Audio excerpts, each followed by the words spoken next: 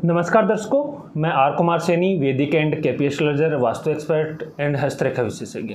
आज अपन इस वीडियो के अंदर चर्चा करेंगे कि किसी महिला की कुंडली से हम कैसे जान सकते हैं कि उसके पति का व्यापार या नौकरी किस फील्ड के अंदर होगी। तो आज इस कुंडली का एग्जाम्पल के तौर पे हम निरीक्षण करेंगे और मैं आपको समझाने का प्रयास करूंगा कि महिला की कुंडली के अंदर कई बार क्या होता है, पति की कुंडली उपलब्ध नहीं होती है और महिला की कुंडली उपलब्ध होती है, डेट ऑफ बर्थ याद होता है। तो महिला की कुंडली से भी हम जान सकते हैं कि पति किस फील्ड के अंदर व्यापार करे ताकि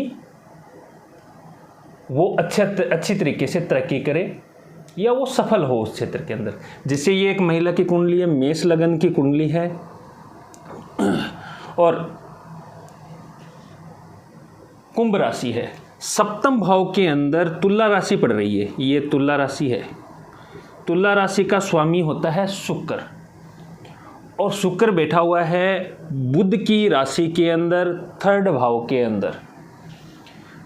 मिथुन राशि, मिथुन राशि होती है वो गणनाओं की राशि होती है, टेक्निकली चीज़ों की राशि होती है, हिसाब किताब की राशि होती है और जितने भी आंकड़ों से संबंधित जो काम होते हैं या आजकल जो नई टेक्नोलॉजी आई है, कंप्यूटर, लैपटॉप आदि पे काम करना या इंपोर्ट एक्सपोर्ट का काम करना, लेन देन का काम करना, डिस्ट्रीब्यूटेशन होती है ना, डिस्ट्रीब्यूट करना कोई चीज़, उसका काम करना, उसका जो काम है वो मिथुन राशि से देखा जाता है। तो यहाँ पे शुक्र है वो मिथुन राशि के अंदर बैठा हुआ है। दूसरी चीज़, मंगल महिला की कुंडली के अंदर पति का कारक होता है, तो मंगल को भी कंसीडर करना बहुत आवश्यक होता है। तो इस कुंडली के अंदर मंगल भी मिथुन राशि के अंदर केतु के साथ में बैठा हुआ है। मंगल है वो अग्नि तत्व का राशि है, ग्रह है और टेक्निकली ही चीज़ों को प्रदर्शित करता है। तो यहाँ पे मंगल शुक्र केतु के साथ में बैठे हुए हैं। केतु जिन ग्रहों के साथ में बैठता है उसके अनुसार ही फल देता है। तो यहाँ केतु के अंदर शुक्र और मंगल का जॉइंट जो कॉम्बिनेशन का जो फल होता है वो उपलब्ध रहेगा।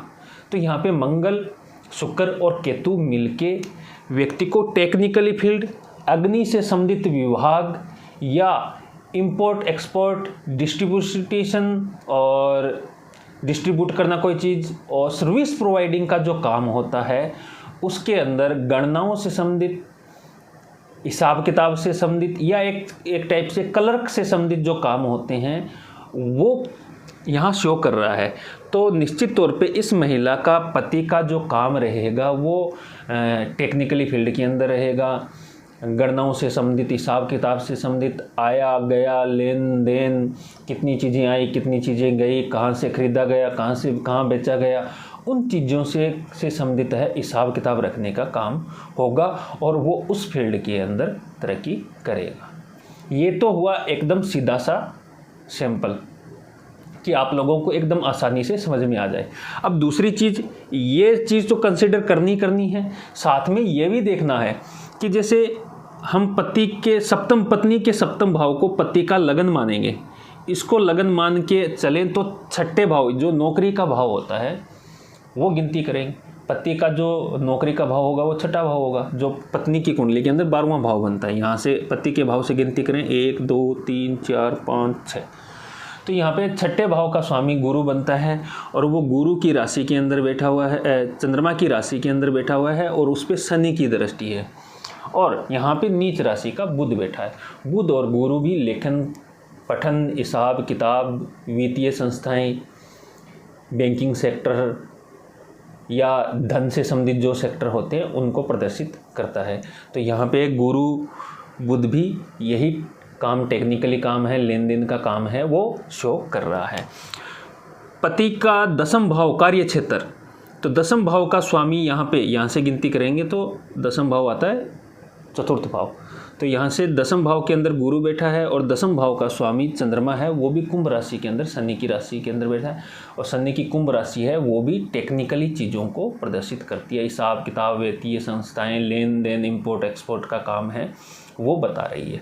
तो निश्चित तौर पे इस महिला का जो पति का व्यापार होगा वो लेन देन से संबंधित, क्लर्क से संबंधित काम होगा, इंपोर्ट एक्सपोर्ट का काम होगा, डिस्ट्रीब्यूटेशन का काम होगा, और उसी काम के अंदर वो रुचि भी लेगा, उसी से संबंधित उसकी शिक्षाएं होंगी और उसके अंदर वो सफल भी होगा।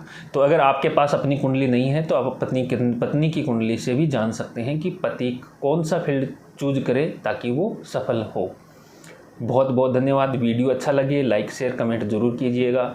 और मैंने आपको भरपूर समझाने का आसान भाषा के अंदर एकदम सिंपल वे में और कम समय के अंदर समझाने का प्रयास किया है। और वीडियो अच्छा लगे, समझ में आया हो तो कमेंट करके ज़रूर बताइएगा। हर हर महादेव।